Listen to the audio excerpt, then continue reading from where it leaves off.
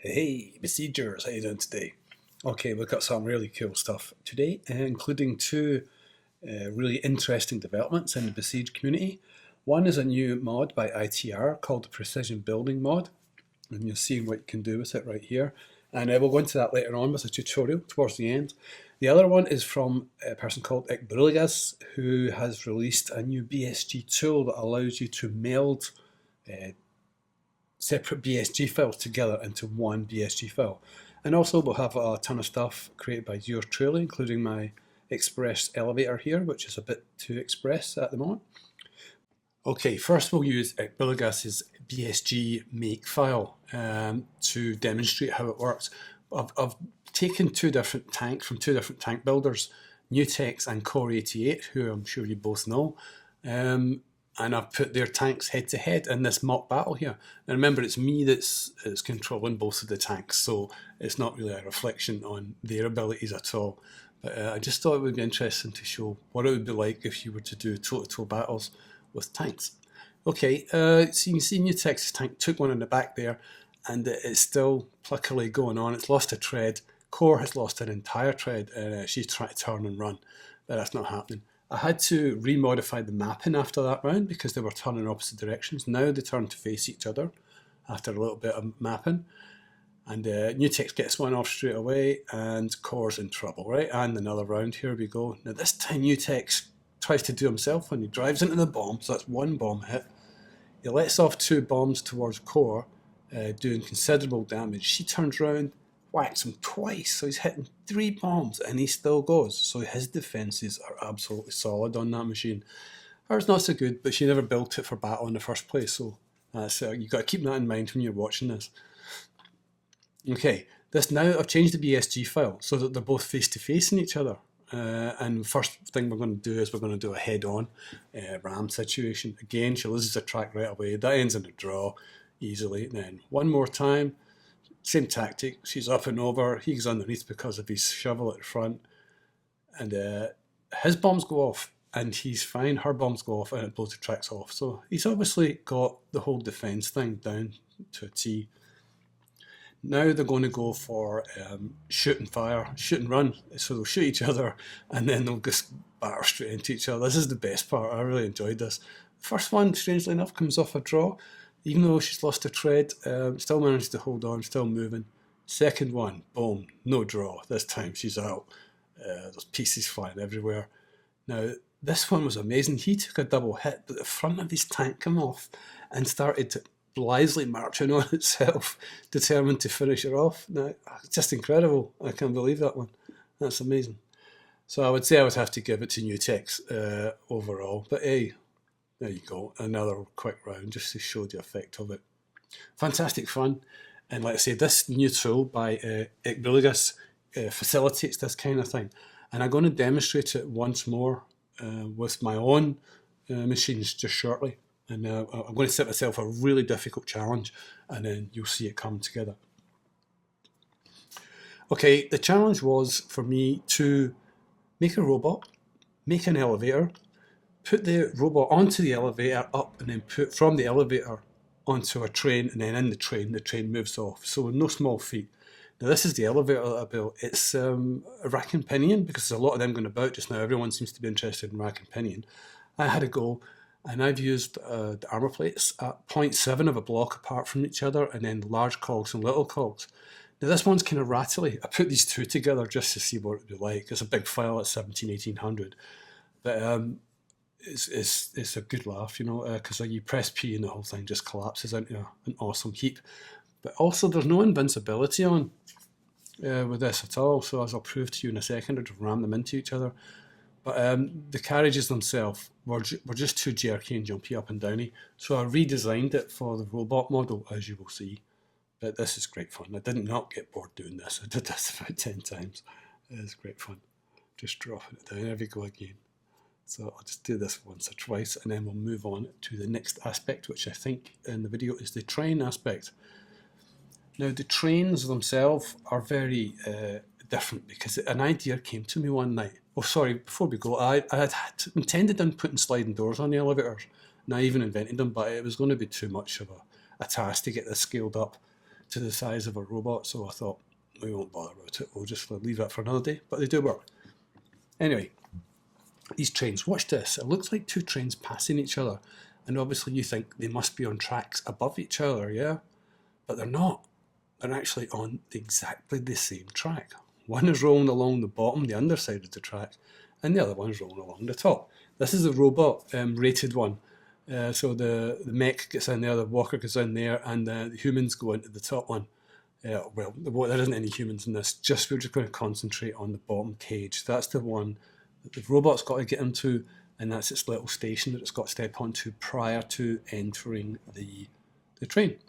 So that's just to prove how that was worked. It was just by air blocks with a negative value BSG file edit. But it sweetly passes inside and out each other. It's quite an illusion, isn't it? It works really well.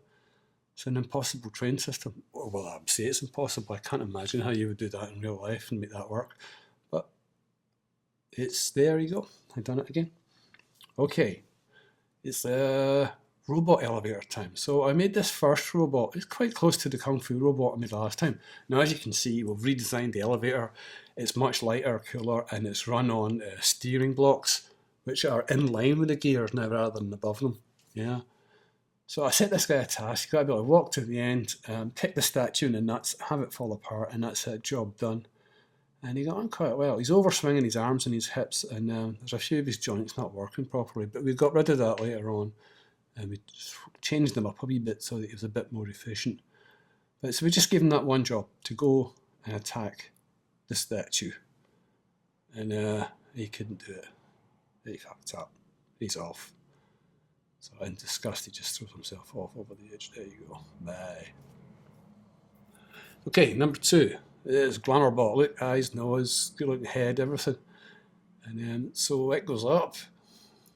You get a good look at the elevator here. This one is far more sparse, far less blocks, and is far more efficient. So 1 step, 2 step, 3 step, 4. Yeah, great. Didn't even make it as far as the statue this time. But we sorted that out for the train one, which is now. So there you go. I've melded the two BSG files together using ekbruligas' tool, which I'll show you how to do later. And we now have the train system and the elevator system in the one file, which is just amazing. And it doesn't even take minutes. It takes no time at all to do it. So it's a great tool. You need Python 3, the language. You need to download that and have a command line, a command prompt available at your saved machines folder. But I'll go into that in greater detail later on. But it's not difficult. It really isn't. If I can do it, anybody can do it. Seriously, I'm not into code at all. I don't know anything about it. So there we go. So we'll be leaving this shortly, but that's it. I completed my own challenge within 1 week. This was really hard. It was really hard to build and to get it done in time. Press P and everything comes to the ground except the small carriage, which takes off. Right. Okay, so we're going to go back and we're going to look at ITR's new mod, the Precision Building Project 2. It's quite a lofty name, but we'll just call it Precision Builder mod. And we'll go into that in some detail now, and I'll show you the important parts of it. Okay, let's just take half a minute to get used to the GUI, okay? First thing I want you to do is click on the Modify GUI. That opens up another panel, and that allows you to bring in and out different elements of this, because it's a very complicated mod. So we want to get rid of some clutter, get rid of bits and pieces. I don't know how yours is set up, but what you want to be left with is grid offset, placement offset, and rotate after placing blocks. That's the only things we're going to look at today. The rest of them, some of them are standard, some of them are a bit strange, but they're for another day. Okay, so here we go. And finally, what we're going to do is we're going to place the rotate after placing block at 5 degrees, and the placement offset 12 in the first block, and then -1 in the second. And we'll go with that to begin with. Okay, if you hit a block now with that placement offset thing on, the block appears the 12 blocks away. Yeah, and then every time you click on it, a new block appears because you put rotate after block, after placement. It moves it around one and then places a new block. So this is happening. I've recorded this at 50% and speeded it up. So this is actually real time. This is how quick it is and easy it is to build those orbs that you see at the beginning of the video. Now you've put blocks right through other blocks, so you have to go back and delete the ones where the lanes cross over. Plus, because these are wooden blocks side by side, they don't hold together, so you need to put braces on them.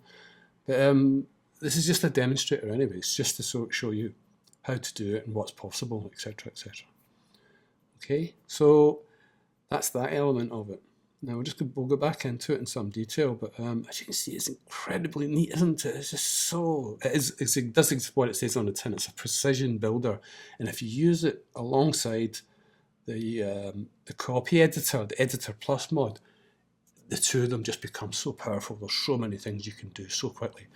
If you didn't want to make those orbs and you want to make walls, what you do is you switch the placement on and off. Every time you make a ring, you switch placement off using its little radio button, place a block in the middle and then switch it back on again. And that takes you up to the next level, and you can pretty much build up to any height you want using that.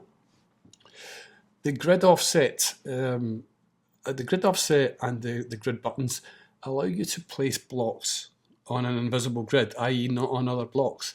And the offset amount tells you how far away from the center block, or the original locale, it's going to be. And you can select whether you want to do it to the X, Y, and Z axes, or a multiple thereof, right? Now you go positive numbers to go away from the green block in the direction of the arrows, and use negative numbers, so you would type in -50 if you wanted to place a block 50 blocks away. Now, doing the circle one is the same. You use the placement offset again. This time you go down to the rotate axes blocks and you type in the letter, just one letter, one, sorry. And then you put in your degrees and you start spinning away. I seem to have jumped here onto a ship that I made using that same technique. That's the one you've just seen. Okay, so here are the steps you need to get the BSG Make tool up and running on your computer. Number one, download Python 3.5 from their website. It's a language, it's perfectly safe, it's all right, don't worry. Number two, download ekbruligas is a program itself, and you can get the link for that here or on Spiderling or on Reddit. So he's quite well known across all these platforms, so he's fine. Okay. The next thing you do is you select 2 or more BSGs that you want to meld together. Yeah. Then you create a text in your text editor that lists these BSGs, lists their position relative to the starting blocks, i.e. the position, their angle, and their locale. The last one's not so important. The first 2 are. Yeah. Then you give this text file a name, and then you save it into your saved machines. Okay. After which you place ekbruligas' program in saved machines, all right? And then you open up a command prompt within the folder, and into it you type Python or Python 3, and then BSG Make or BSG Make.py, depends on your installation, and then finally the name of the text file that you created that shows these 2 or more BSG files and their positions relative to the starting block. And that's it. You just type that into the command prompt, hit enter, and lo and behold, it generates a brand new BSG with the name that you've chosen. And then when you go into Besiege, it's just sitting there waiting for you. It just couldn't be simpler. It really is. Seems tricky at first. Once you've done it a couple of times, it's like nothing. I highly recommend it. It's great fun. Okay, see ya. Bye.